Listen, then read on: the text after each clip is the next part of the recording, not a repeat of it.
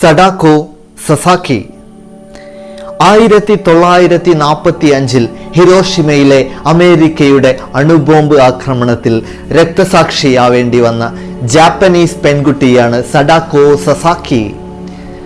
സഡാക്കോയ്ക്ക് 2 വയസ്സുള്ളപ്പോഴാണ് ഹിരോഷിമയിൽ അണുബോംബിടുന്നത്. അപ്പോൾ മരണത്തിൽ നിന്നും രക്ഷപ്പെട്ടെങ്കിലും മാരകമായ അണുവികിരണങ്ങൾ അവൾക്ക് രക്താർബുദം വരുത്തിവെച്ചു. 1000 കടലാസ് കൊക്കുകളെ ഉണ്ടാക്കി പ്രാർത്ഥിച്ചാൽ ആഗ്രഹിക്കുന്ന കാര്യം സാധിക്കുമെന്ന ഒരു വിശ്വാസം ജപ്പാനിലുണ്ട്. അതുപ്രകാരം രോഗം മാറാനായി സഡാക്കോ ആശുപത്രി കിടക്കയിലിരുന്ന് കടലാസ് കൊറ്റികളെ ഉണ്ടാക്കി. പക്ഷേ 644 കൊറ്റികളെ ഉണ്ടാക്കിയപ്പോഴേക്കും അവൾ മരണത്തിനു കീഴടങ്ങി. പിന്നീട് അവളുടെ സുഹൃത്തുക്കൾ ചേർന്ന് 1000 എന്ന എണ്ണം പൂർത്തിയാക്കി. ആ കൊറ്റികളെ അവളോടൊപ്പം ദഹിപ്പിച്ചു.